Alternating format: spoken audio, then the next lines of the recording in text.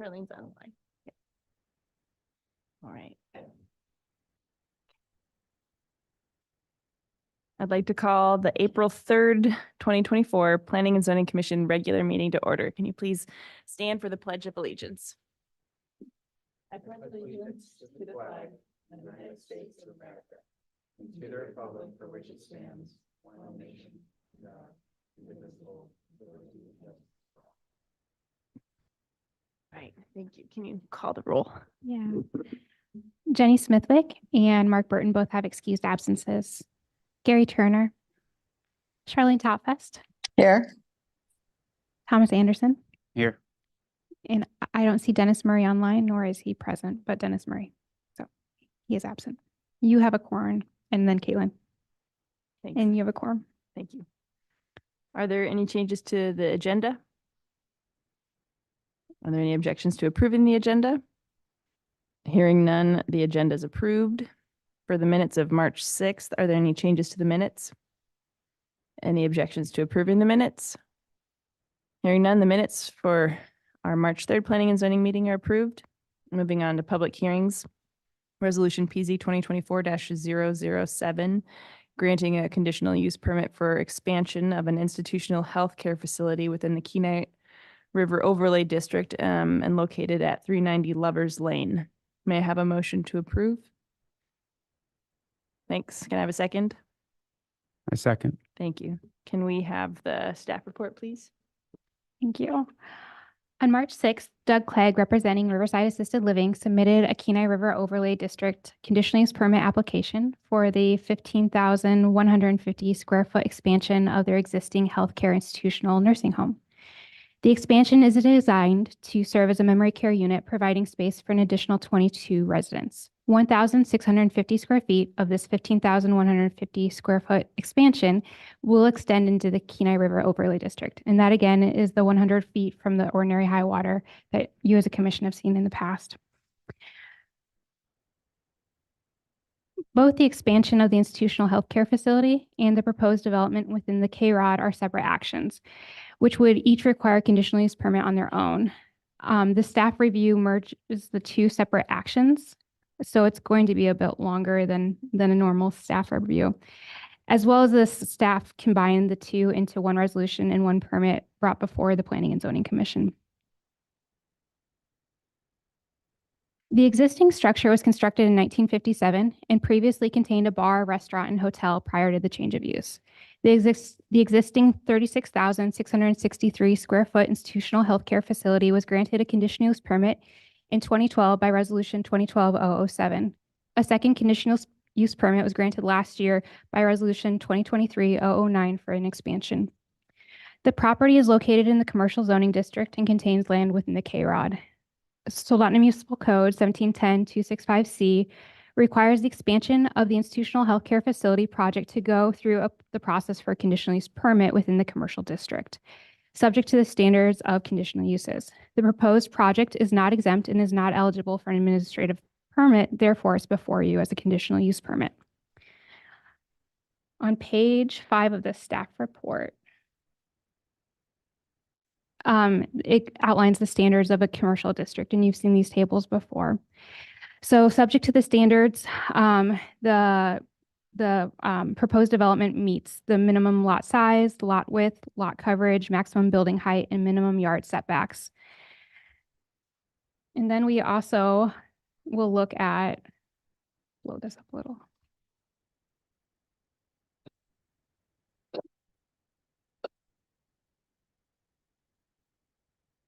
We'll also look at off-street parking and loading, as well as landscaping. And those are the sections of code that we review for all zoning permits, whether they're administrative or before you. So for the first section, off-street parking. The intent of off-street parking is to require property owners to provide parking and loading areas in appropriate number, size, and configuration, as well as the level of improvement to meet the needs of the individual uses on the property. The submitted site plan depicts parking will be on the same lot as the principal structure, which is part of our code as a requirement. So, and then off-street parking also specifies that for hospitals, nursing homes, and other healthcare institutions, there is one parking space per 2 patients at maximum capacity.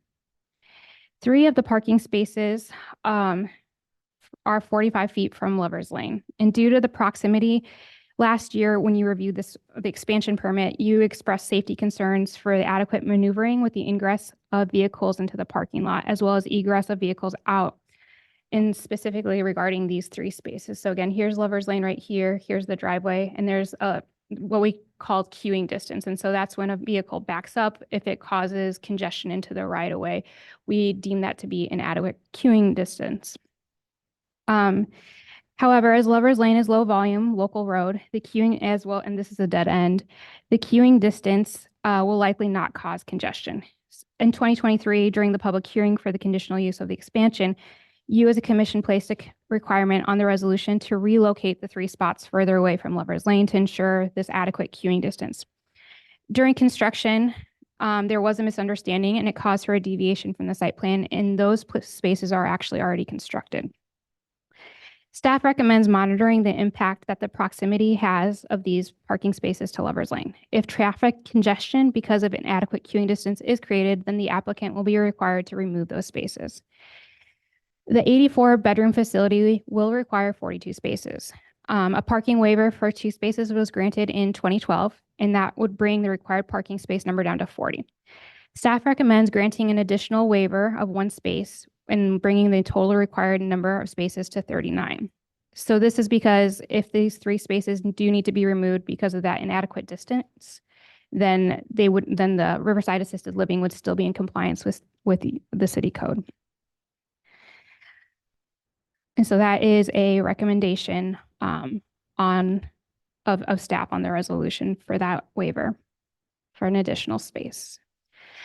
Also, code states that 2 parking spaces are required for the physically challenged when there are more than 26 and less than 50 spaces in a parking lot. The submitted site plan depicts 4 accessible spaces, and that meets our code requirements. Another aspect of the off-street parking code we look at is access and driveway width.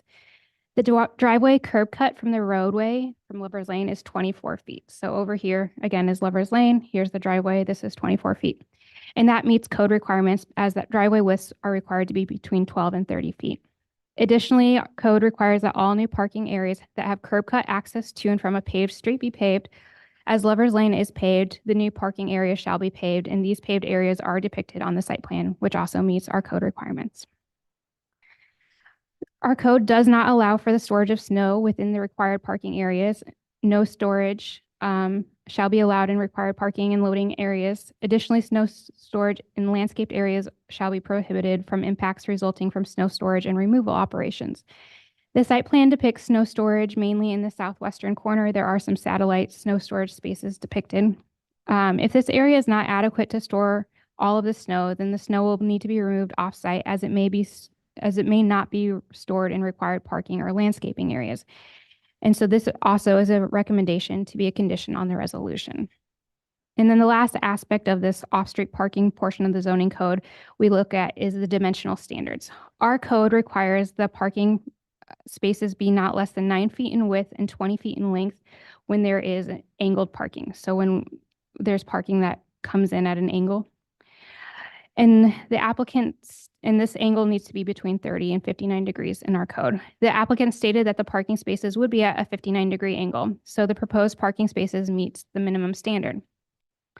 Additionally, our code requires aisle separating rows not less than 24 feet in width for 2-way traffic or 14 feet in width for 1-way traffic. The site plan does depict both 1-way, so on the northern portion of the lot, there's 1-way traffic, as well as 2-way traffic. Our recommendation is that all drive aisles be 2-way, but in order for this to occur, there would be an additional waiver on the resolution to knock this required drive aisle width from 24 feet and allow the 22 feet 4 inches that is listed on the site plan.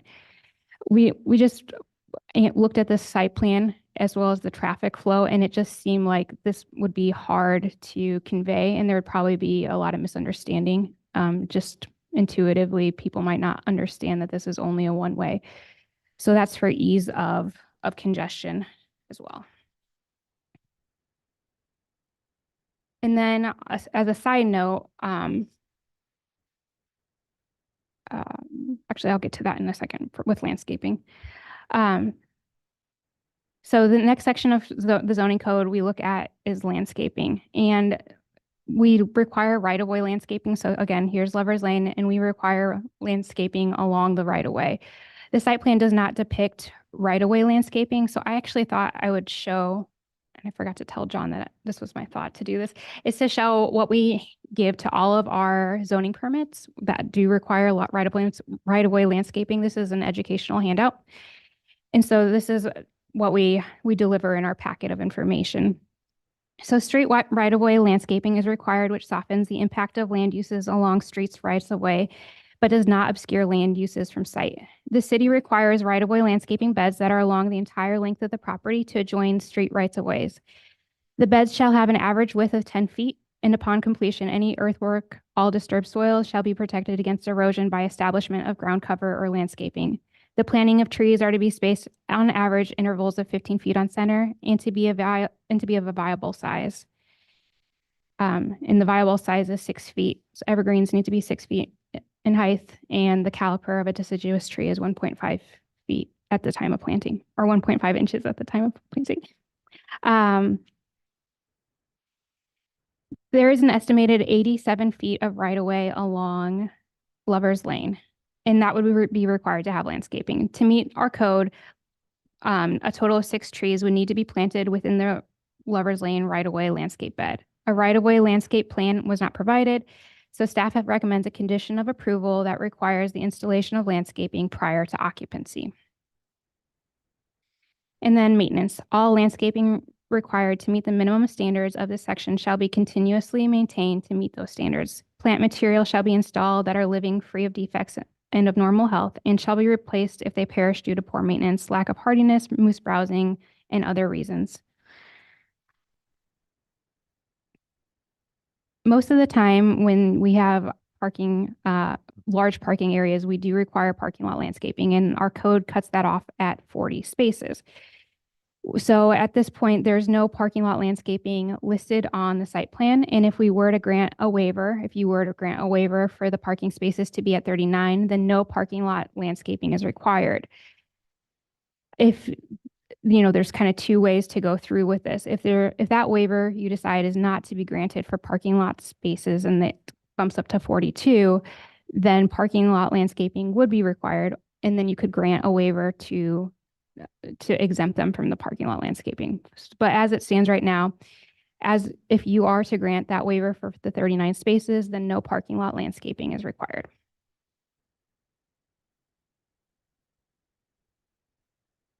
And then the next section of code, so that kind of completes the typical zoning portions that we look at for any administrative or conditional use permit.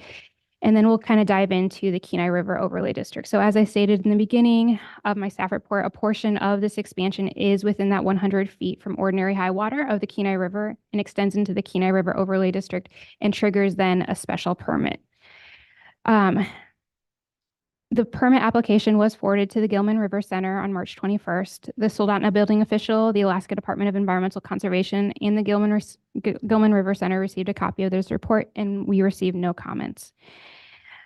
Projects that are not exempt or that have not received an administrative permit have to go through the process of a conditional use permit before the Planning and Zoning Commission, and this is such a project. The Kenai River Overlay District is intended to provide opportunities for the development and use of land and enhanced riparian habitat within all zoning districts located along the Kenai River, while establishing special overlay requirements to control erosion, ground, or surface water contamination, or adverse alteration to riparian habitat. The KROD includes all lands within 100 feet of ordinary high water of the Kenai River, or lands that are 25 feet back from the top of a cut bank, whichever is greater. And then briefly, this is in your packet, but we'll run through what the application had for their plan. The Riverside Assisted Living proposes activities within the KROD, and these include installation of 2 layers of best management practice erosion control mechanisms 50 feet from ordinary high water, such as a silt fencing or straw wattles. The clearing of vegetation, demolition of siding from the existing building in order to connect the addition, excavation and soil stockpiling with best management practice installation around the soil stockpiles, soil compaction, fueling of machinery which will only occur in designated fueling zones outside of the K-Rod, pouring of a foundation, construction of a 406 square foot deck, construction of a 1,650 square foot portion of the building addition, and the revegetation of the area.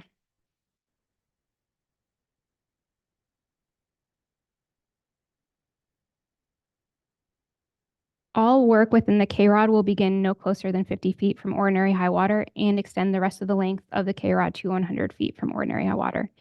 In addition to the general standards required for conditional use approval, our code requires the commission to make a complete written statement of evidence and findings and requires the applicant to meet any conditions imposed to mitigate the potential for significant erosion, ground or surface water contamination, or adverse alteration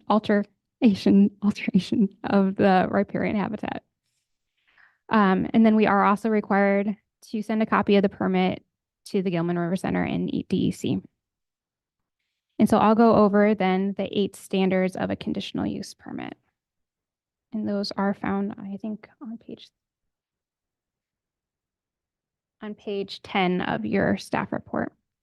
So condition 1 of the 8 uses that need to be met in order for a conditional use permit to be granted. The proposed development satisfies the specific standards associated with that conditional use listed in the code, if any. Staff finds that this standard is met. No specific standards are listed within the code for institutional homes. For the K-Rod, the commission may require conditions to mitigate the potential for significant erosion, ground, or surface water contamination, or adverse alteration to the riparian habitat, provided the commission makes a complete and written statement of evidence and findings to support the conditions. The intent of the K-Rod is to provide opportunities for the development and use of land along the Kenai River while still controlling erosion, water contamination, and alteration of riparian habitat. With the revegetation of the disturbed areas, staff finds that the proposed development is also in harmony with the intent of the overlay district. Staff recommends placing a condition on the resolution that the 50-foot from ordinary high water boundary of the protected anadromous waters habitat be physically marked and monitored during construction. This is to ensure that the necessary protections to that habitat are afforded and the area is not impacted, nor is the boundary infringed upon. Condition number 2. The use is in harmony with the comprehensive plan and surrounding land uses. Staff finds that the standard is met. The subject property was first developed in 1957. Goal number 2 in Chapter 3, Economic Development of the Comprehensive Plan and Vision Soldotna 2030 encourages the reuse and or redevelopment of key areas, particularly along the river and major highways. The proposed expansion of the current healthcare facility and its improvements continue the revitalization of the property from its historic state of vacancy and deterioration, and that existed prior to 2012 when the Riverside Assisted Living did the renovations. The generalized land use map is one tool in the comprehensive plan which provides guidance on the type and intensity of future developments within the city. It may be used to guide development in the proposed direction through individual zoning applications as they occur. The future land use map identifies this area as commercial, which is intended to create a concentrated, vibrant, and attractive downtown business district, which is convenient to both motorists and pedestrians. The commercial districts are typically designed to serve larger areas than just the immediate neighborhoods and are orientated towards serving the entire city and regional residents. Their primary uses include general retail, personal and professional services, entertainment establishments, restaurants, and related businesses with compatible uses. The surrounding land uses consist of a community residence that is owned by the applicant, a 2-family dwelling, and a single-family dwelling, as well as a vacant building that was most recently a dog daycare facility. 2 strip malls with various uses such as restaurants, personal services, and other general offices are in the vicinity. The proposed project is located at the south end of Lovers Lane, which is a dead-end street with no through traffic. There is approximately 25 feet of Lovers Lane that is not constructed and is still heavily vegetated. The 2 residential dwellings along Lovers Lane provide some landscaping and paving. The community residence is also paved and has provided landscaping throughout the property. The Riverside Assisted Living Facility is an institutional use that serves both the city and regional residents. These uses are typically designed to create a quiet setting for aging seniors and are not intended to create a vibrant atmosphere. So although several of the adjacent properties are residential today and are similar in use to the Riverside Assisted Living, this may not be the case in the future. Therefore, the use is in harmony with existing land uses, but future allowable uses may or may not be as compatible with the expansion of the Riverside Assisted Living Facility. Staff believes that the proposed expansion of the healthcare institution is in harmony with the comprehensive plan and surrounding land uses. Standard 3. The use meets the general standards of the zoning code and the intent of the zoning district in which it is to be located. Staff finds the standard is met. The proposed use meets all of the zoning standards for the commercial district and the Kenai River Overlay District and is consistent with the intent of the zoning district. To provide an area which is convenient, visually pleasing, contributes to the economic welfare of the community, and allows for a wide range of general businesses and other compatible uses. The proposed expansion will continue to revitalize this once deteriorated property and will provide additional jobs and an increase in the number of residents that will utilize this and other services on the peninsula, therefore contributing to the economic welfare of Soldotna and surrounding areas. The proposed project meets the general standards of the zoning code within the Kenai River Overlay District portion of that code. Conditions are recommended by staff to mitigate the potential for significant erosion, ground or surface water contamination, as well as the alteration of riparian habitat. These conditions include physically marking the boundary of the borough habitat protection to ensure habitat protection is afforded. Additionally, the applicant is to adhere to the erosion control plan submitted in the application set. This plan includes best management practices with the installation of either silt fences or straw wattles, that soil stockpiles be covered, and the best management practice installed around the stockpile. Equipment fueling to occur only in a specified area outside of the K-Rod, and that site inspections occur routinely and for the revegetation of the area after work is completed. Standard number 4, the use is so located and arranged on the site to avoid significant noise, glare, odor, and other nuisances and dangers. Staff finds this standard is met. The project calls for demolition, excavation, construction, and revegetation located in the northeast portion of the property, some of which is within the K-Rod. The facility expansion is consistent with existing structure and should not create significant noise, glare, odor, or other nuisances or dangers. Standard 5, the proposed development shall not significantly impair the value of the adjoining property. The proposed expansion is similar in neighboring residential uses, and staff is not aware of any evidence that would suggest that an expansion of the assisted living home would impair adjoining property values. Thus, staff finds the standard is met.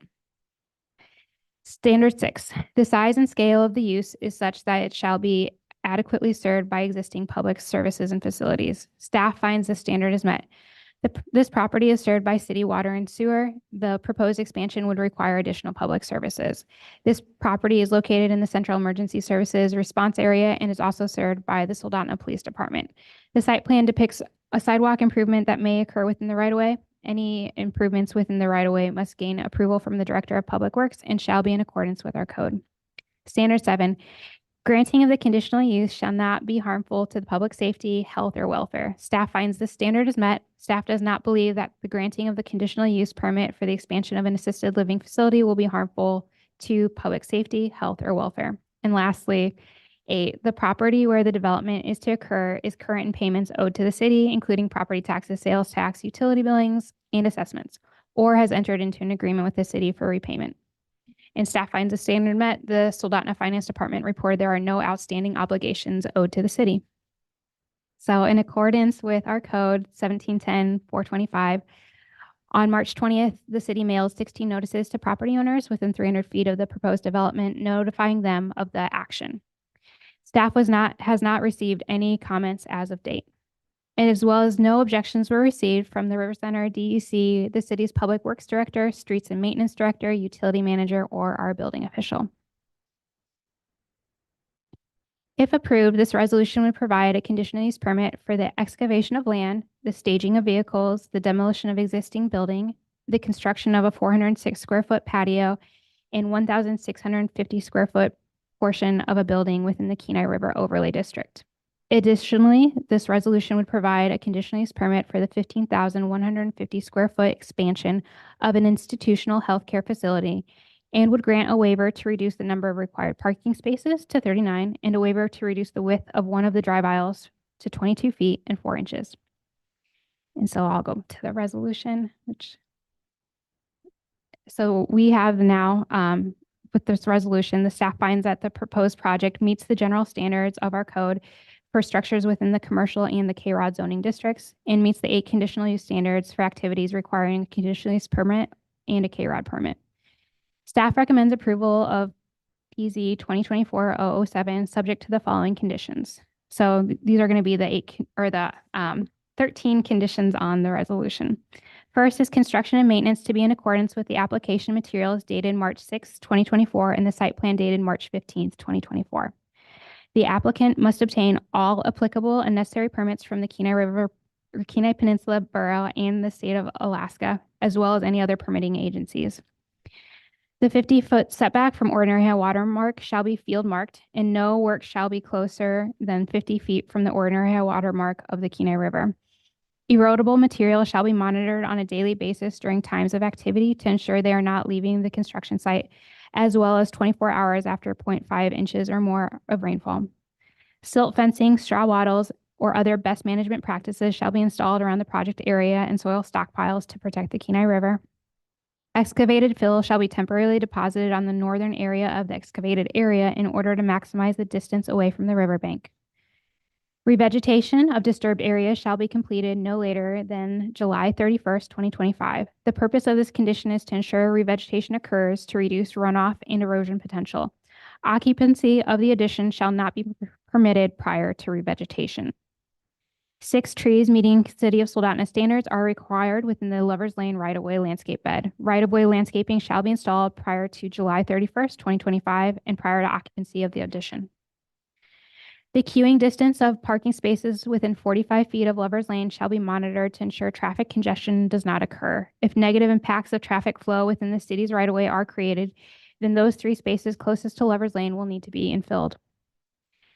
Snow storage shall be outside of any required right-of-way landscape beds or parking areas.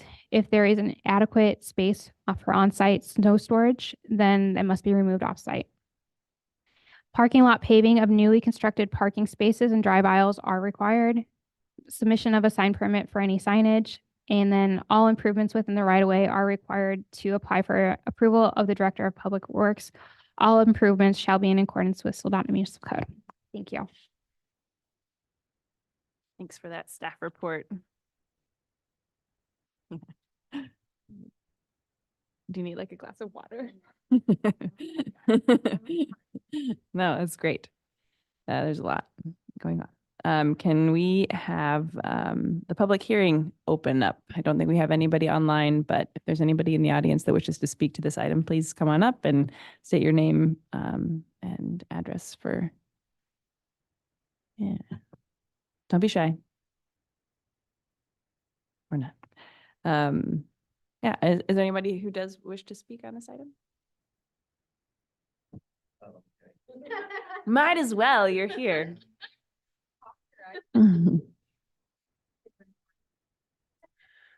Thank you, Caitlin. Hi. Douglas Clegg. Do you want my home address? Yes, please. 715 Blue Spruce Road, Alpine, Utah, 84004. I am the owner, and Riverside Assisted Living, which, as noted, has been there for 12 years, was originally opened and operated by 2 of my partners, Rob Nash and Sid Strauss, that I knew from Boise, Idaho. And I was actually the originating senior housing developer. We sold our business in 2011, and Rob and Sid had so much fun that they stole all of my intelligence and built another one. No, I'm just kidding you. No, so they built this. I helped them out originally, but we are owning and operating it, and we've actually renamed it. It's now called Aspen Creek Riverside, just so you guys know what it's called now. We also bought Clint Hall's facility in Kenai, which was originally called Sherry's Place, and that is now Aspen Creek, Kenai, and is under construction and will be this summer for the first memory care unit in the peninsula. This happens to be the second one. So just as a matter of FYI, about 33% of all the senior citizens that are admitted into an assisted living facility in the United States of America are done so because of Alzheimer and dementia and or memory behavioral issues. So right now we have an overload. And a lot of the folks that live with us are there with behavioral and also cognitive disabilities. And it's a challenge when you intermix that group with traditional seniors that are aging in place for physical handicaps, because it's just a real unique dining experience, if I could put it that way. So creating a new environment for them is essential. We are grateful for John and Jennifer. Wow, profound. Do you want to come work for us, Jennifer? Wait, any day of the week. Let me know. Just tell me what they're paying you and I'll double it. All right. Screw the city. Come work for us. Just kidding you. Quotable quotes. There you go. I don't know what to do on public record. Anyway, we're thrilled to do this. This has been in the planning for a very long time. This isn't something new for us. We've known for a long, long time that this is something the city of Soldotna has needed. Grateful for the exceptions that were noted. As an FYI relative to the directional traffic, we're happy to go one way. But I just know from experience that what's going to end up happening is when you come to an entrance on a senior living facility, does the driver's door face the door or does the passenger's door face the door? Always the passenger, because you don't want to take all that time to walk around. So we could make this one way all day long, but I can tell you right now, it ain't going to happen. No matter how many arrows we point, those folks are going to come up and drop mom and dad off with a passenger's door facing the entrance. And when the fire department comes, they're going to go exactly where they want to go.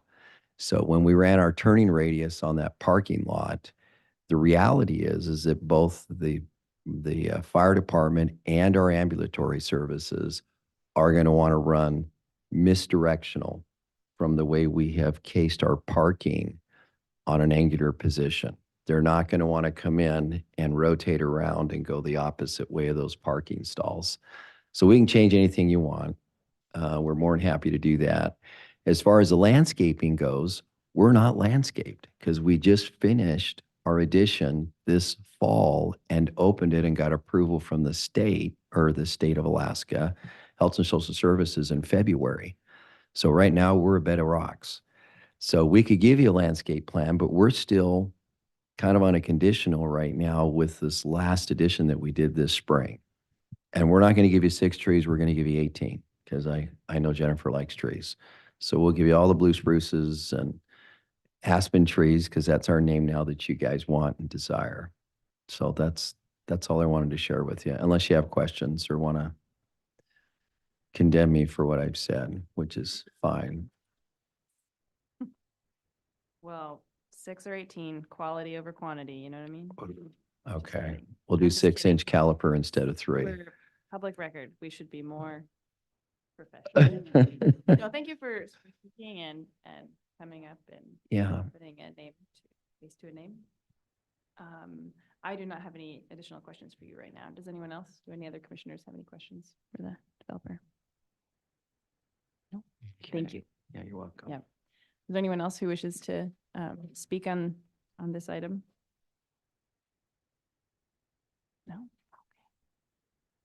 Okay. And we don't have anybody on Zoom. So is there anyone else wishing to speak? Unless, refute anything that he said? Okay. Okay. All right. The public hearing is now closed. Are there any commissioner comments or questions for staff? And Charlene, don't,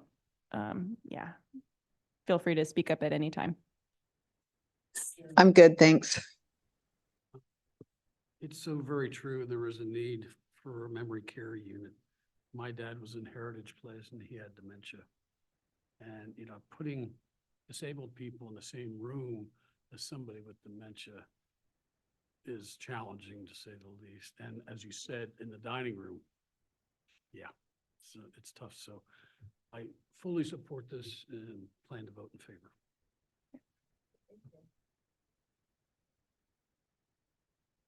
Commissioner Anderson, question for staff. Under the staff recommendations, number 4, it says erodible materials shall be monitored on a daily basis during times of activity to ensure that they are not leaving the construction site, as well as within 24 hours after a ½ inch of rain or more. Just for clarification, I was kind of curious on if the contractor, whoever needs to maintain like a daily log or documentation on that? Or how does that take place? How is that assured that that even occurs, just so that they know up front what is required? Through the chair. So we don't have a specific monitoring requirement that, or that they log, anything like that. They've provided a plan to control erosion, and we would operate basically in the sense where if we get a good rainfall and we want to see whether their erosion control measures are working and adequate, we would go take a visit. Likewise, if we receive complaints from folks downstream that they see silt in the water, we would go take a look at it, but we don't have any requirements that they log their activities. This site doesn't require what's called a stormwater pollution prevention plan, which is required when a site over 1 acre in size is disturbed. And in those instances, they're much stricter, and they do have that formal monitoring and review on a daily basis. Okay, so there's no daily log they need to be maintaining during that? That's correct. Okay, thanks, John. So we don't require them to, but in their application, they did submit this inspection report. And so it's on page 37 of that individual packet item. So if you want to see the example, and they do state in their application that the inspections will be, the records will be kept on site. And that's in the monitoring and maintenance section right here. It says all monitoring records will be kept on site. So John's right, the city doesn't require it, but they did offer that type of documentation to be provided. Thanks. And I guess this might be a question for you, but it might also be answerable by staff. There's, one of the conditions was a demarcation of the 50-foot area during construction. I'm sure, I haven't been down to that property in a while. My grandpa had Alzheimer's, and he was in this pioneer home up in Anchorage for a while, but he tried to walk to Norway frequently. And so I'm actually just curious, once the construction is finished, and it's maybe just an extension of what's there now, I'm sure there's a fence between the residents and the river and around the residents. Yeah. Okay. Jen, do we have an image showing the area in front? Because currently there is a fence on the facility. Oh, here we go. Ooh, And as you can Okay, see, yeah. it is a fenced. ta-da. Thanks. Our insurance company required. Yep, I would imagine so. Yeah. Yeah, and I'm inclined to grant the waiver for 39 spaces. Landscaping is wonderful within a parking lot if you can afford the space, but I think it makes more sense to just bump them down to 39 and so that they can, do what they need to do. I did have a question for staff in general about the K-Rod and erosion control. I guess it's a general question about the K-Rod and, the city of Saldana, because of its density, we have 100-foot overlay where we try to make sure that we're monitoring what happens in addition to the 50-foot that the borough has. And it's just because we are such a small town and there's a lot that happens within the city, and we want to make sure that we still have, a vibrant salmon fishery and stuff for centuries to come. So that's why we have that 100-foot overlay district. And then often, people want to build decks or they want to build extensions into that overlay district, and always they're very reasonable requests.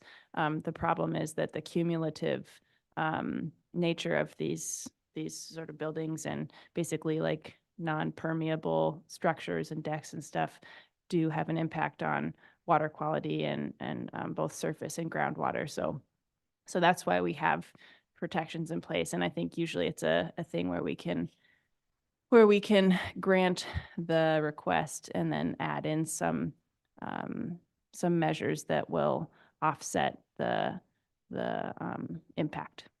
And so my question for staff is, do we have any site-specific information about groundwater in this area, or do we know anything about the specifics of this site and the impact of this building?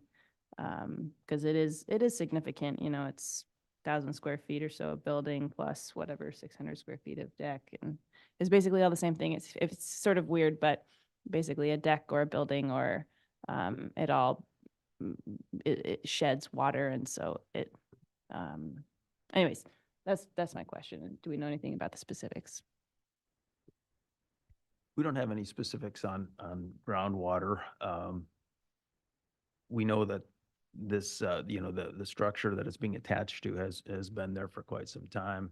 Yeah. The bank does not appear to be highly erodible. It's a stable bank in that area, and they are staying back from the top of the bank. But we don't have geotech information on the soils. We don't have a water information or groundwater information. The developer might have some of that info, but it's not something that's required in our review. Yeah, I will just go on public record saying, as much as you can do to maintain ground cover and native vegetation, and I think it's very tempting to just sort of flatten it all and you know, have a mowed lawn down to the riverbank, but you know, shade trees and stuff are great for salmon, for having a cool spot to hang out as they go up the river. So that's the intent of the Kenai River Overlay District, and I just keep that in mind as you continue to own and develop this property and make it available to our senior residents. It's wonderful to have something like this in town, and just want to balance all these different needs of our community. So thank you. Does anyone else have questions, comments? City council member, do you have any questions or comments? You feel free to pipe in if you want. Would just say I'm very excited to see this coming to the city of Soldotna. I think this is going to bring tremendous value to the community and our aging population. So thank you for your work on this. All right. All right. Um, Oh, go ahead. I just want to ask Jen if you would put up the site plan view again of the parking. I just want to make sure there's no confusion with regard to the one-way issue. And I just want to point out to commissioners what staff's concern was here. So back out even a little bit more. There we go. So vehicles are going to be entering from the left off of Lover's Lane, coming in, and they, as it's proposed now, can either go straight or they can go right to drop off residents at the location right there where Jen's at. At that point, if they drop off, they need to go straight and then left and another left, where they would come against one-way traffic. So that's the issue that we were concerned about, that there would be this one-way traffic coming at them and occupying potentially both lanes. And the vehicles then coming around after they dropped off one of the residents would be hitting that one-way traffic. So that's why we're recommending it be two-way on that northern section. If that makes sense. Thanks. Thank you. Are there any other comments or questions for staff about that? We can call for the vote.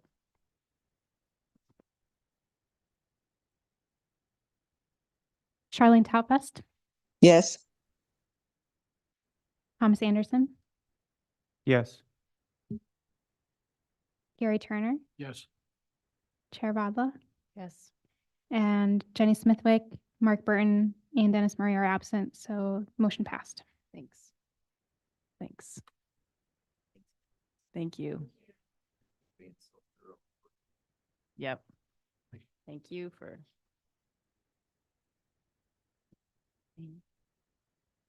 Right.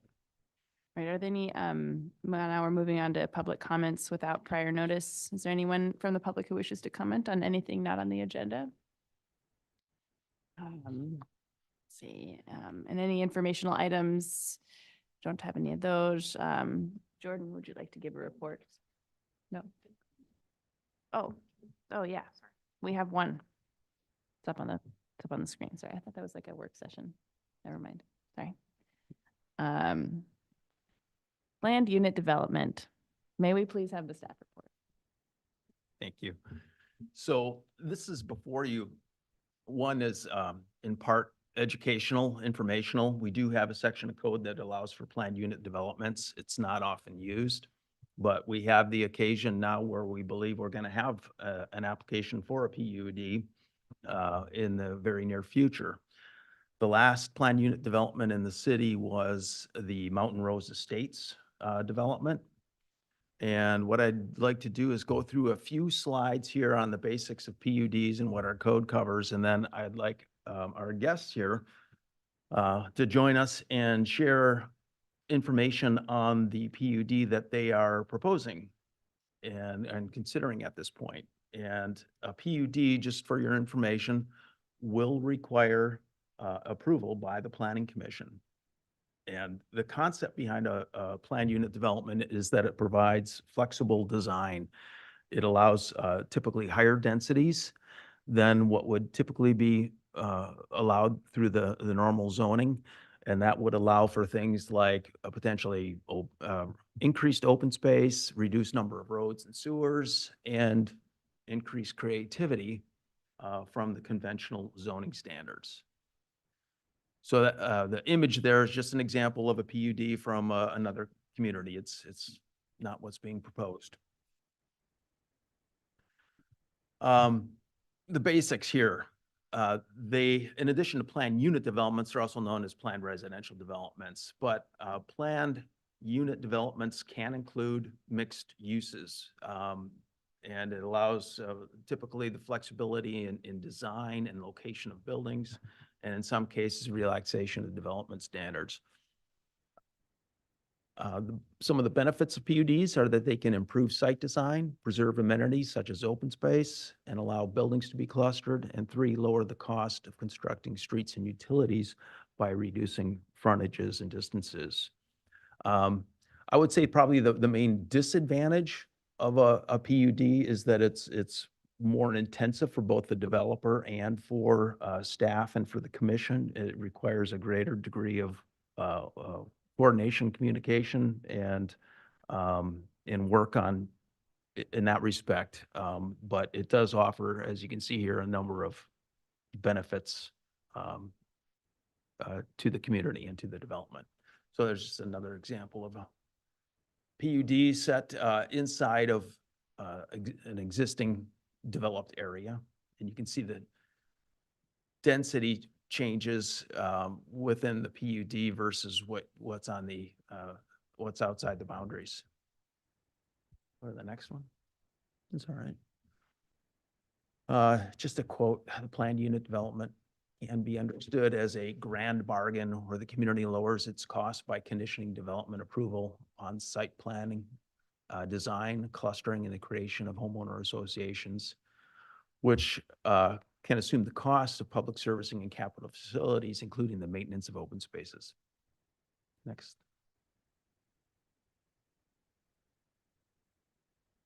So how does our code treat PUDs? We have an intent statement, and that is to allow large tracts of land under a single ownership to be developed as an overlay district for residential or mixed-use purposes in a single development or multiple development stages for, again, encouraging flexibility and creativity in land development. They are allowed in these 6 zoning districts.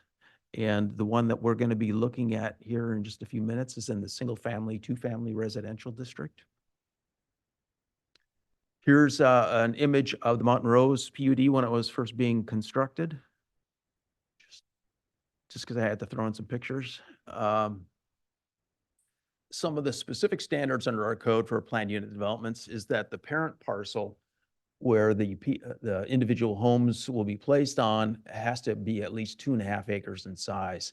And then the lots within that parent parcel have to be at least 4,000 square feet. At least 20% of the parent parcel has to be reserved as open space, and buildings can't cover more than 50% of the lot that they sit on.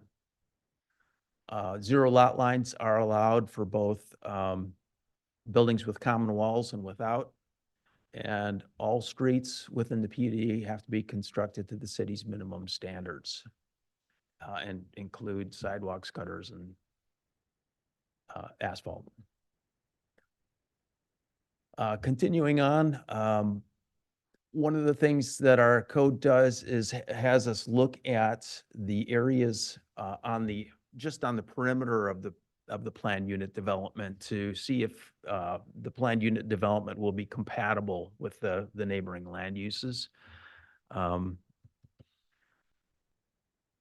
The next thing, lot width, structure height, front and rear side setbacks, and other PUD project features have to be designed to best accomplish the intent of the section. And then last, where the PUD includes open areas, property, or amenities which are to be held in common by the future owners of the dwelling units and the lots, the project developer shall submit evidence of a Horizontal Property Regimes Act, or HPRA, within the development. So this is typically what you would see with condominium style development. These are the kinds of agreements that are put into place. I guess there is one more. Dedicated street right-of-ways have to meet, again, city requirements. And we covered that already. The process. So the process really is one that the developer has to submit a plan to the city for approval. And ideally, the developer is working with staff and working with the planning commission so that you see the process as it's coming forward and the project as it's being developed. The approved plan will provide the land use regulations that control how the project is built. So again, this will be a fairly detailed plan, design, and narrative that would go along with it. Once it comes before you, you would be making the decision on approval of the planned unit development, similar to as you do for a conditional use permit. You will also likely have to approve, or at least recommend approval to the borough for any platting actions that are necessary, and that will be required. So those are two actions that would be before you. And then the council will have to approve a development agreement once you've blessed the agreement or the development plan in itself. Then it would also go to the council. So the council would authorize city administration, the manager, to enter into a development agreement so that all of these items can be satisfied. So that's the basic process. And let's, so I think at this point, well, let's go one more slide and then we'll go back one. So I wanted to share with you, and then we'll turn it over to Linda, Mike, Dave, and Cody, information about the project itself. So this is the site. It's right next to Mountain Rose. So you've got Redoubt on the top, and across on the very north part is the Catholic Church. And what you see there is roughly 10 acres of land and one very large parcel and then several smaller ones. Those would all be incorporated into this planned unit development. And at this point, I'm wondering if one of you guys would be willing to share some information about your organization, your intents, and what you hope to accomplish through this project. I guess I can share. Yeah. Excellent. Thank you.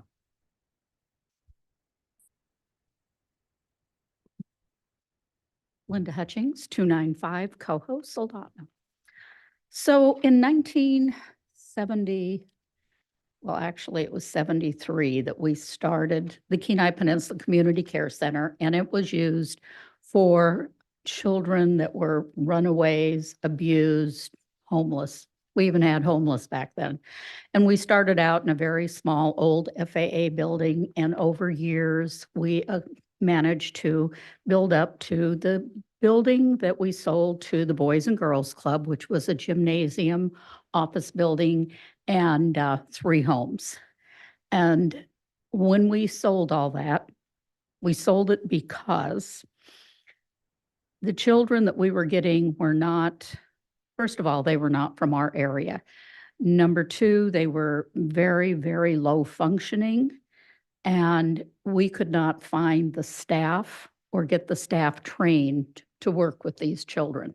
And since they were not from our area, it was easy to place them in homes that could handle this more secure, because we were not a lockdown facility and never had been. And our executive director, which was probably our 4th executive director over 50 years, which is pretty commendable, she said, "I'm ready to retire." She says, this is just too much anymore. And we had looked for 3 years to find somebody to replace her.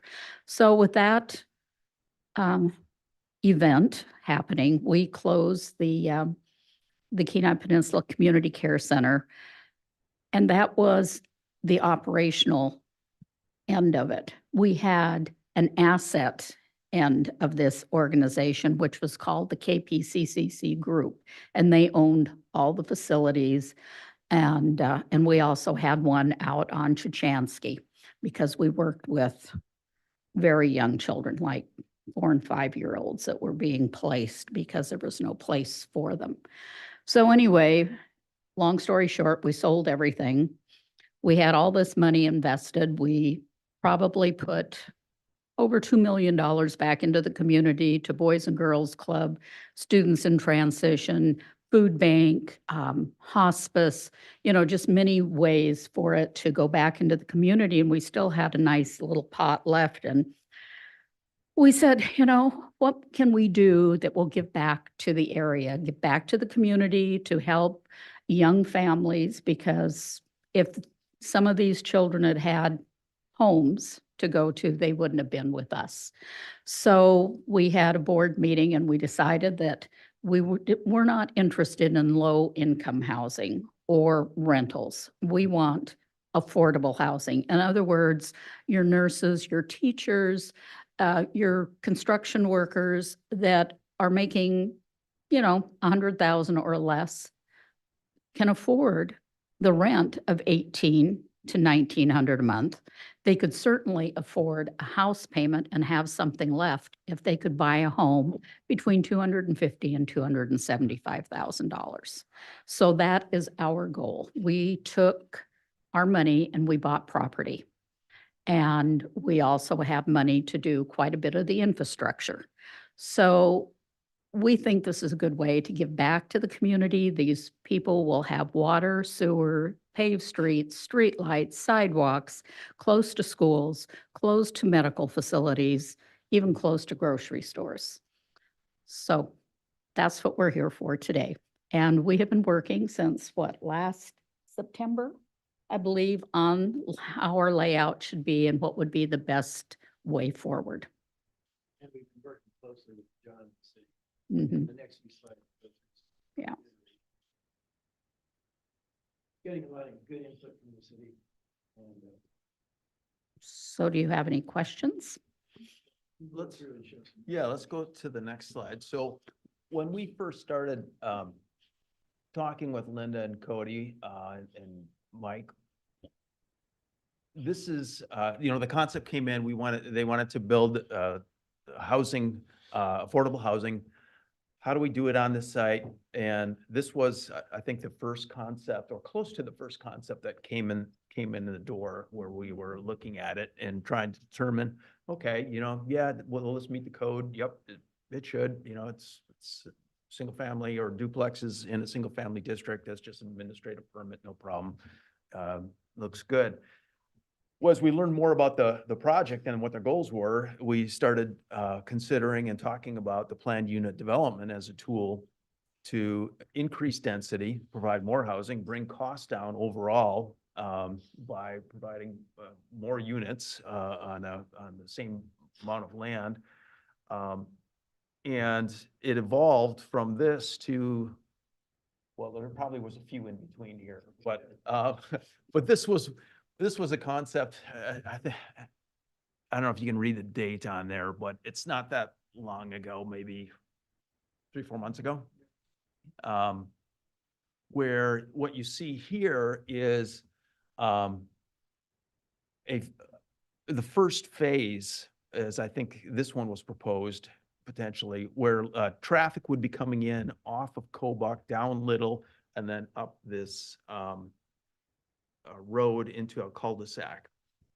And we shared at that point that we had some concerns about through traffic and how and the volume with 26 potential units, that's 26 duplexes, that's 52 units.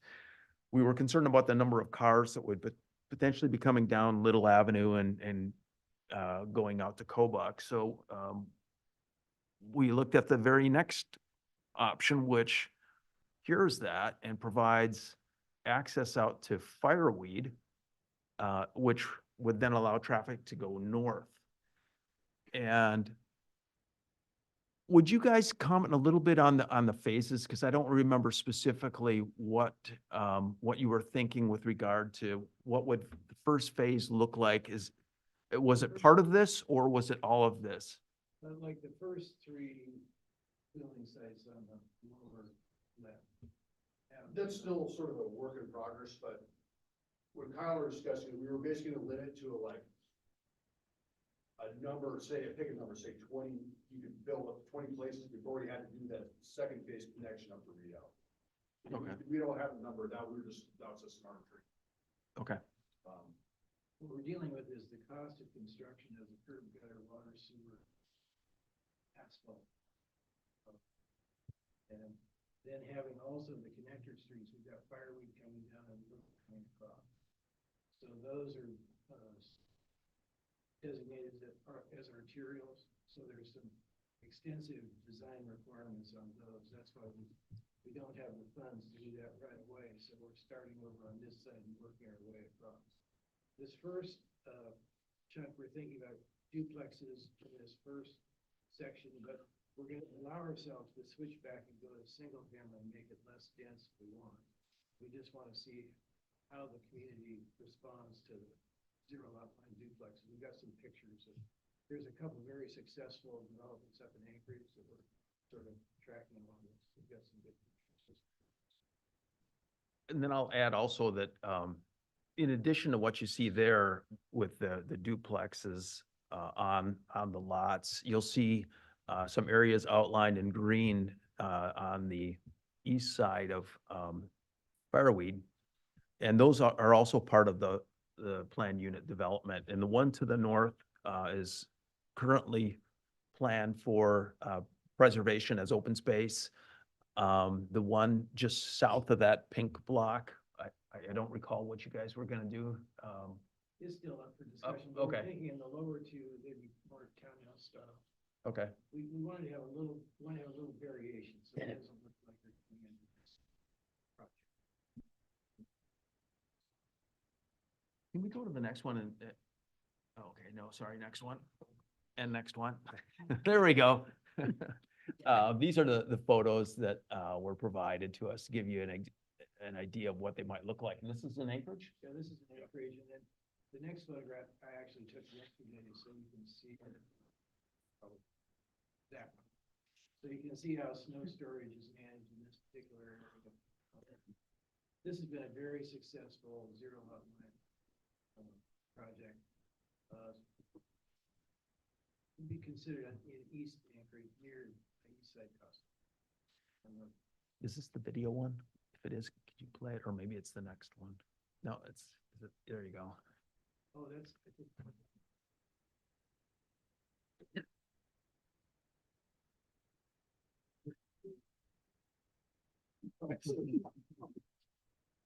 Did they call the police? That's what I was just gonna ask. Pretty good. I mean, you must have had like stand. No. What? Wow. Impressive. But what I like about this development, see, there's a difference in the color, there's a difference in the texture. Some of these zero lot line developments up in town are just horrible. They're gonna be the new slums and eventually. But this one, they took care with extra green space and just the design elements in these buildings are a little more custom. And I noticed there were no lilac colored buildings in this. No, it seems to be pretty. And you don't have the garage, but. Right. So this has been very successful.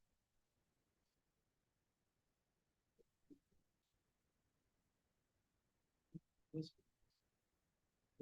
space, street, actually, yes, parking. If we're to have our streets are a little bit extra wide, so we're hoping for on-street parking as well. We actually added some more, walkways so the kids can get up to read up to go to school, and the HOA will be responsible for maintaining those pathways, and we'll do the path lighting and stuff like that. So we want to have it, and so the HOA, we're meeting with the attorneys next week to start developing that packet, but it's going to be, there are going to be dues, the exterior of the buildings and the roofs and the landscaping and everything along with the streets. There's going to be reserves to take care of those things when they need to be replaced. A lot of the ones up in Anchorage, they don't have that, and the dues are low. And so when you get a major problem, it's just, so we're learning from their mistakes, and this can really be a wonderful addition for higher density people living in town to use all. So I think it'd be a very positive, vibrant place for people to live and interact with each other. We're going to have the ability so people can walk. This outfit here, they didn't spend the money for sidewalks. In ours, we want to have sidewalks. So you actually have, so you're going to have pedestrian travelway. That's how people will get to know each other, and kids playing and everything. It's going to be sort of a real sort of village feel. I would just like to add that what you see up there, like for instance, like what I've shown, like a little and fireweed, that's sort of conceptual, like I haven't finalized any of that with Kyle. So That's been the nice thing working with the city. We came in here 6 months ago, and we've had a lot of very good conversations with the engineers, the street maintenance guys about snow, John, the staff input. It's been a collective group effort. And it's really wonderful to have the ability of a community foundation to take the money that was here and really truly giving it back. And the idea with this housing, when you have sort of an income strata when you're selling, there also is when those folks go to sell their homes, let's say there's a year, 5 to 10 years, if there's a down payment assistance, if they sell it in that time period, they've got to return that assisted money. This is not meant to be a profit-making investment for the folks right off the bat, but if they sell it in 20 years, there will be some appreciation that they get to share. But we do get to recoup our contribution at that point for infrastructure. The street development and this whole thing's well over $1 million in cash before we even start building.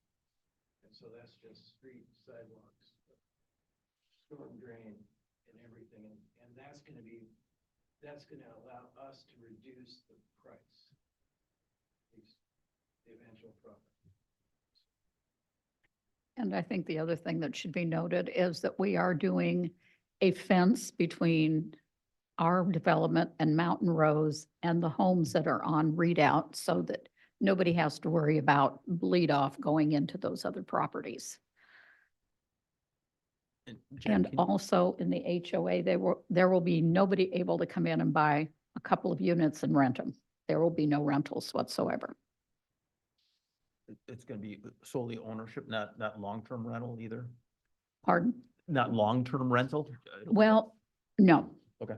No, these are homes to purchase for families. And you said 250 to 275 was your goal? Mhm.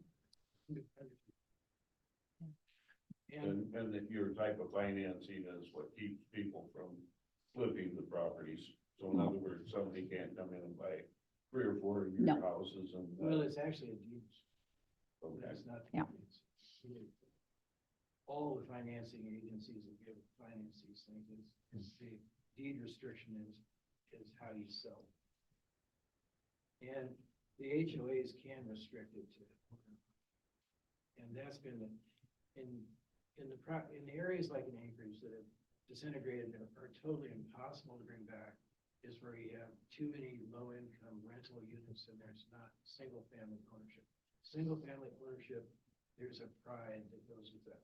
And it makes a huge difference in the viability of these clustered, high-density developments. So it can be actually a positive synergy generated off of this thing, just with community involvement can be very positive. It's not like stacking them up, marginalized folks and putting them in one spot. That's not our intent. Our intent here is to provide reasonably priced housing. And that's a crisis all across America. And here in the state, it's just really impacting. It's not just young people, it's seniors. There's, a lot of us retirees, you can't find an affordable place to live, so we can stay here, be near the grandkids. It can really be just a positive thing. I'm so pleased with Linda asked me if I could help out a little bit. Commissioner Anderson here. Yeah, I think, like you said, ownership and making that like priority one they'll have ownership. Like they will have pride in the area. And when you start to rent things out, people treat them like rentals, and that's what you get. And that's how they treat them. And that's what they end up doing. And it just lowers the value of everyone around them. And then they push everybody else out. And next thing you know, you've got an area that you didn't intend. So I think if that is possible to make it so it's either you have to occupy it as an owner or something along those lines, I think you would get the product you want. And that's what we'll do. And I think location is fantastic too. Like you said, the hospital, the schools, teachers, nurses, you're within walking, biking. I Mhm. mean, it's right in the middle of Soldotna. It's not like our footprint is And huge with here. the trails that we have going out to read out.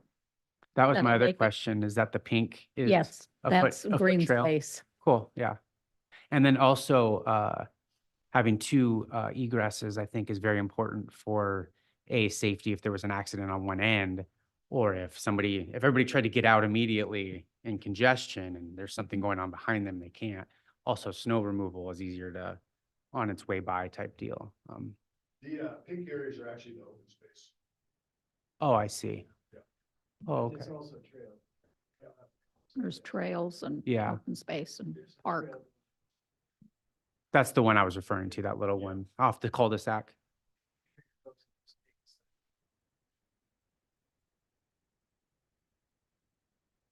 That's sort of, that's yet to be determined, but I'm assuming that, there's a fireway that goes north-south. Yeah. I'm assuming that's gonna be a full belt out, sidewalk both sides, curb and gutter, 33 feet. Little that goes east-west, hard to say on that one yet. We haven't really gotten that far yet. I've shown a sidewalk and a stretch of that, but the current road going out to, Kovak doesn't have a sidewalk. So, I don't know, that's something I gotta work out with Kyle. If it's already a platted road, does the city have any way to help with the funds of that? Or is that something that if someone wanted to make a development like this and it's already an extension of an existing road, it's platted in there and everything, it's a main road, do they ever take any onus in helping out with paving it? Or There's different mechanisms to do that. One is a special assessment district concept. Mhm. Another is a development agreement. Both of those options have been used in the past. In fact, be a few of them coming up here in the very near future for council to consider. But it's council's decision as to whether to fund those types of improvements. Back in the day with some of the early subdivisions, had they done that, had they put in sidewalks and streetlights, whatever else, and basically assessed the people in the area for that, if their properties would be worth so much more today. Mhm. It's unbelievable. just the people that drop in some of those areas that don't have the amenities. It's just that then you end up with 20 cars in the, on the lawn, you know? Yeah. Three families living in one house, and whatever else, and, you know, and people have to survive, but at the same time, we want a community here that, has it all. What we're trying here is sort of a public-private partnership. So we're going after federal funds, state funds, city funds. It's so nice that Linda and her group actually has a huge chunk of money that they can start as a starter kit. We're hoping that some of these other groups will match them. Because then we can afford to do fireweed and little, the materials that really feed the other parts of town, but really not our main development is first phase. But then we'd be able to do our little townhouses. We've got our feelers out for everybody. We're getting a very positive response from Bukowski's office. There's this, what was it? That housing group for the state that leases Housing Alaska. housing. We're getting very positive. We initially reached out to Cook Inlet Housing. It turns out that they're focusing mainly on rentals. We didn't.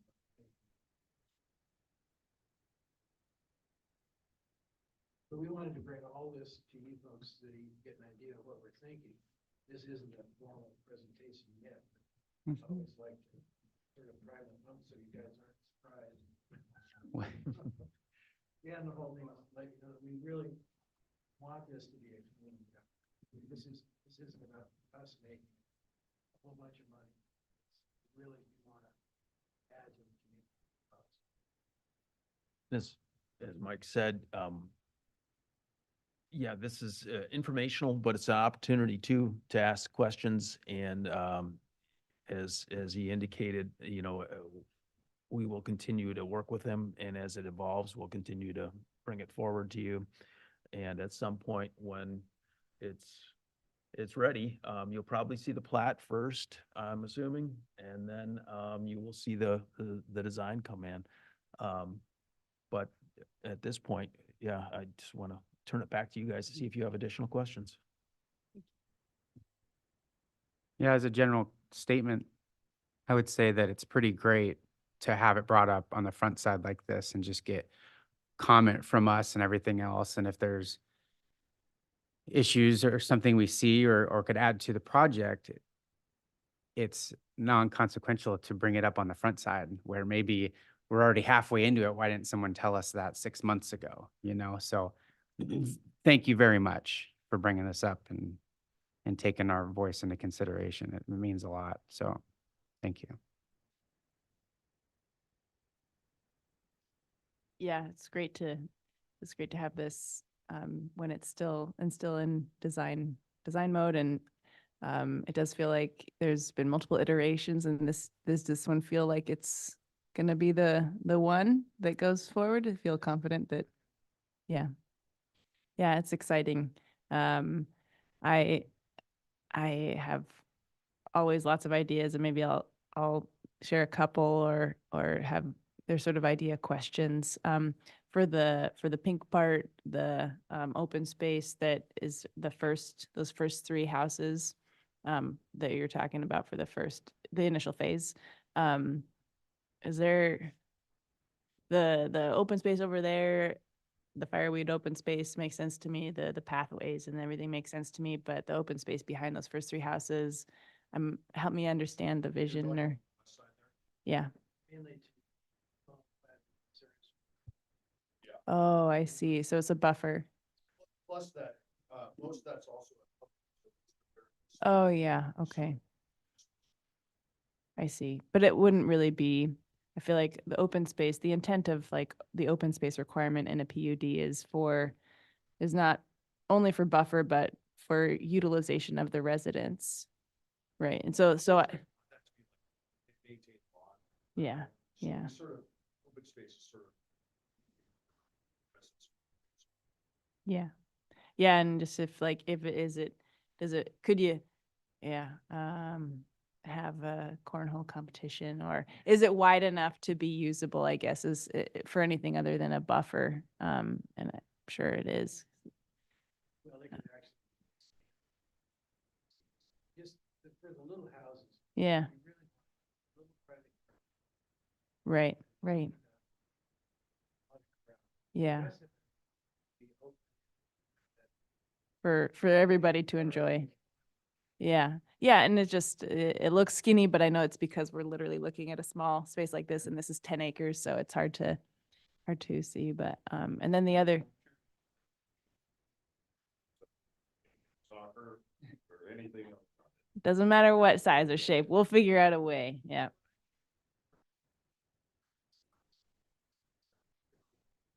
Can be used. That's what the homeowners association, it's not just business.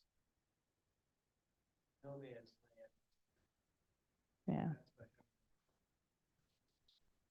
needs to be positive. Yeah.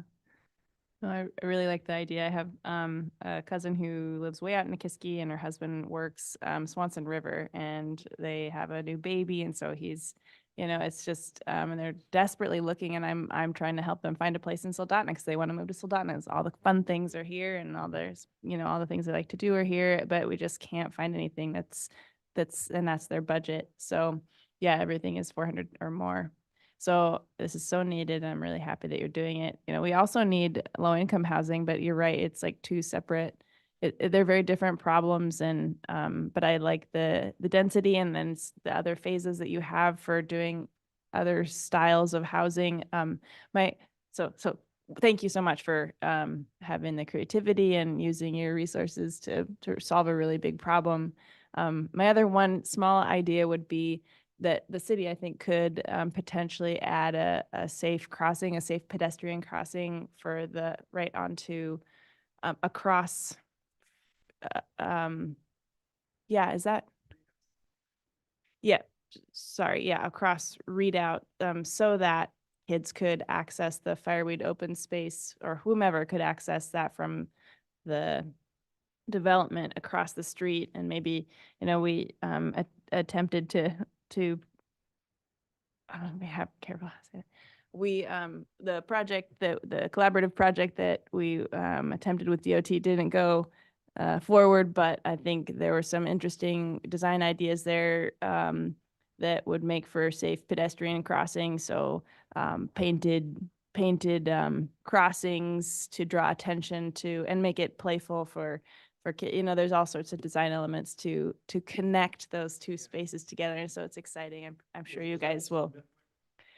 It was right. It was connecting Birch Street to Soldotna Creek Park, and there was ideas to do like salmon and just different crosswalk art and sort of wayfinding for pedestrians, different benches and flowers and stuff to make it more safe and interesting and for pedestrians and more visible for cars. So I just think if it's really tied together, there's lots of fun ways that you could do that. And The one up there where O'Neill is, that's really not a street, but a street.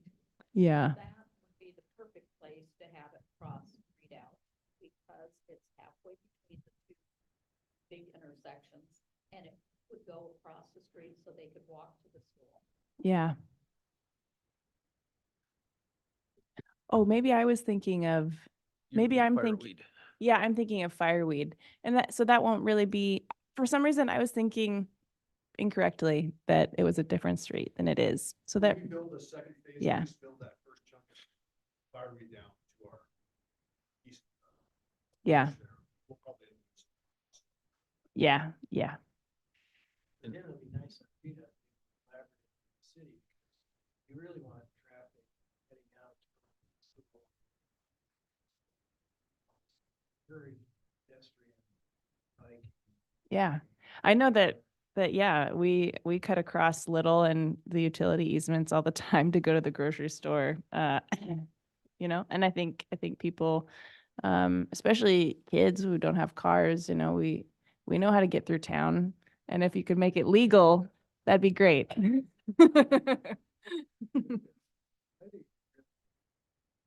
Yeah, there's so many interesting things that communities are doing in Utah and Idaho, other places that don't like us that have winters and stuff. They have mountain bike trails for their students to go through and lit and little fun little ways to get around town specifically for their youth. I think it's creative and awesome. And yeah, are there any other questions? I don't want to wax poetic about how fun this is, but Well, our timeline with dynamic building, yeah. we're gonna get all our design done.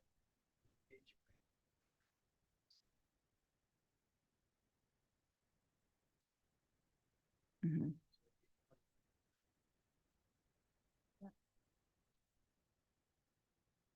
So we're really hoping. Oh, that's wrong. A little more optimistic. Well, no, because the city, I mean, we can't get a flat for 8 months, I mean, it's terrible. Oh, maybe the small.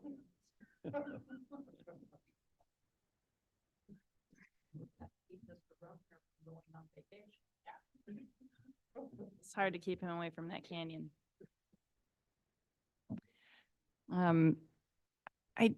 Let's see, are there any other questions or comments for staff or the developer?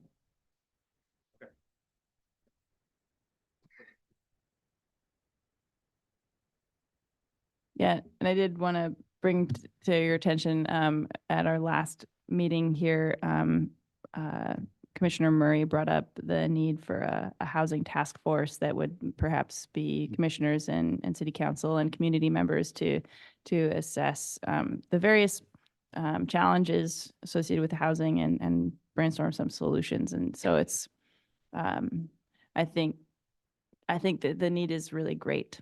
So thank you for tackling the problem, but I think also there's more work to be done always, and so that is I hope in the works, but everything takes time. So, let's see. Moving on, I think. Yep. Well, we'll have John just share all our phone numbers. So Yeah. always like, more the merrier, more eyes on the ball. Yeah. More brains are better than, yeah. Well, thank you. Thank you again. Yep. Let's see. Yep. Thanks, folks. Thank you. Thank you. Thanks. guys. Thanks.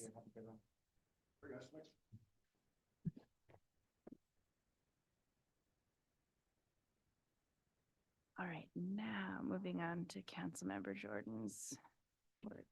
Thank you, Chair Vodla. I have a fairly brief report tonight. We've only had really one substantial item on our docket since we last met as a Planning and Zoning Commission.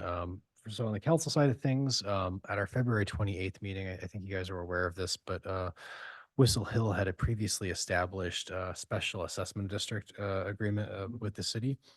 And the construction costs for that had come in quite higher than planned, which required it to be brought back before the council for either reauthorization or consideration of alternative means to support that sewer extension. And at our February 20th meeting, it was basically decided at that point in time that the council was not supportive of pursuing a special assessment district, but we wanted to explore a development agreement with them. But rather than carrying forward the previous 62.5% amount, which would have been equivalent to about $508,000 to support the project into a development agreement, the directive that the council decided on February 28th was to cap support or provide support at 25% or capped at $100,000, whatever came first. And then following up on that, we had the resolution to approve the special assessment district brought back to us on March 27th. And because we had made the decision to pursue a development agreement in lieu of a special assessment district, the council went ahead and voted down the special assessment district resolution as just a part of the required process to fully put a kind of a nail in the coffin on that pathway and then open up their ability to pursue the development agreement method to extend that sewer service. So it likely at some point in the near future, we'll see an actual development agreement come forward. And John, I don't know if that's to come to the Planning and Zoning Commission first, or if that would be going directly to council, but that would be the mechanism that the council would be evaluating to support sewer extension to the Whistle Hill area. And that's really all I have that we've had on our docket of interest, I think, for the commission. I'd be happy to stand for any questions. Is there anything coming up? We have a lot coming up. Trying to recall specifics. I think our consent agenda for ordinances for introduction at our last meeting might have been a record breaker. Nothing off the top of my head Yeah, no stands worries. out, but just a lot of things. Yeah. Well, thanks for coming tonight. Of course. All right. Moving on to Director of Economic Development and Planning, John. Thank you. So a couple of things. One is I can at least speak to two ordinances that are going to be on the council's agenda. One is appropriation of funds to pay for a project manager for the riverfront redevelopment project. So that'll be one item that the council will be considering. And the second one will be the landscape code amendments that you guys passed or recommended passing 2 meetings ago, I think it was. One or Yeah. 2 meetings ago. So those 2 items will be on next Wednesday's agenda. What else? Currently, trying to get the final report to the Economic Development Administration's gatekeeper to close out our grant for the riverfront project. That's any kind of federal grant is a mountain of work, and just putting together the final report is no different. But we're close. Also, I wanted to share with you that the Industry Outlook Forum is going to be in Soldotna on the 25th of April at the Sports Center. And so if you are interested, it's free. You just need to register. Go to the Kenai Peninsula Economic Development District website, and you can register right there. When is it again? The 25th April. of April this month. Yeah, which, Never advertised in advance. let's see, what is April 25? That is a Thursday. And then the very last thing, in the near future, either the next meeting or the following one, we will have a capital plan discussion. Kyle will be coming, so put your thinking caps on as far as potential capital expenses and projects. One of the things that, at least from our department view, that we'll be looking at are the specific recommendations out of the Riverfront redevelopment plan and, of course, the comprehensive plan. But we'll be looking at those items and making suggestions for funding for some of those items. And then finally, you may have heard rumors that I am retiring, and that is in fact the case. They're not rumors. So the end of July will be my end of service here to the city, and so we've got 3 meetings left. So we'll have to figure out cake and ice cream or something at every meeting. Yeah. At every meeting. All right, heard that. What's your favorite kind? No, Do I you like like them all. cake? Not really. Do you like ice cream? I like frozen custard. Some custard. All Yeah, right. it's a Wisconsin thing. Okay, Yeah. all right. No, that's it. Cheese There you go. curds. Yeah, right. Yeah. Are you more of like, I wish they just had brought me smoked meat instead of cake kind of guy? It travels well, doesn't it? But that's all I've got, and turn it over to Jen. Jen? No, it's okay. Charlene, do you want to kick us off for commissioner comments? Just have a great week, everybody. Thank you. Thanks. All right, Gary, do you want to go next? No comments. It was a good meeting. Yeah. Yeah, no, it's good to have the Hutchings come in on the front side of that planning. It was really cool, and I Yeah. like that. So Yeah, why did they do that? that was great. I don't Did you, know. was it an encouragement or they just did? Yeah. Yeah. I thank wonder you. I just wonder how we can get everybody who isn't so in the know. Don't let Yeah, there John you leave. go. Or have Yeah. John write a sticky note on his desk when he leaves. Continue with that. That was a good thing. So Yeah, I think encouraging folks to thank do you that very is much. wonderful. Yeah. Thanks. Sorry, I totally butted in on your comment. I was mostly just I'm saying, good, thank you. yes, I agree with your comment. I just am excited that that solutions are always created in partnership, and this is an exciting one. I do wonder if there's any movement. You know, I know that I am not the one spearheading it, nor should it be you or Jen. Do you know if there is any movement on a housing task force at the city? And I don't even know whose impetus it should come from, or these things sort of just naturally arise. I know the need is there. I just don't know how we do it. I can share at least my thoughts with you. And they are really based on what came out of the Riverfront redevelopment plan, which was a recommendation for a housing analysis, not only for the city, but for the region. Mhm. And so that would require a coordinated effort between the borough, the city of Kenai, and the city of Soldotna to potentially get together, identify what we hope to accomplish through a housing study, which in my mind would be an analysis of what we've got, the housing stock, who it's serving, and then where our needs lie, and potential solutions and ideas for getting to a place where we can provide our workforce and our folks in need, affordable, livable housing that hopefully also connects them with things like amenities and transportation and schools and healthcare. So my thought is that once the council blesses the project manager position, Mhm. one of the first steps will be to start those conversations with these other jurisdictions and see if we have the interest from them to do something on a regional basis. Because we have to. I mean, it doesn't make sense to do a housing analysis of Soldotna. We're 7 square miles serving 100 square miles. And so that would be one of the first steps. And I would think that a task force could walk hand in hand with that analysis. I'm not sure what would come first, or how, whether it would be beneficial to, I think we just have to sit down and start having the conversations about what we would hope to accomplish through a housing analysis, and determine what's the best way to make sure that we're covering all of our bases in that study. Is it through just working with the different boards and commissions within the community, with the local nonprofits, with the public at large, or is it through the development of a task force or some other ad hoc group that can help steer and guide? So there's options out there, but I'm not clear as to how it will come about. But that's my comments, my vision for the near future. Mhm. Cool.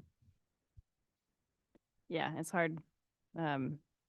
Like they could very much say, nope, we don't have time. City of Kenai, and the borough is like, well, that sounds nice, but not in the cards for us. But and then the only thing that City of Soldotna really has control over is the City of Soldotna.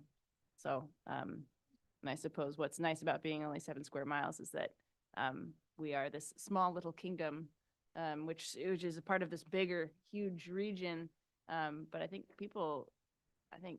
if really it's this walkable area, our city is so walkable, could be,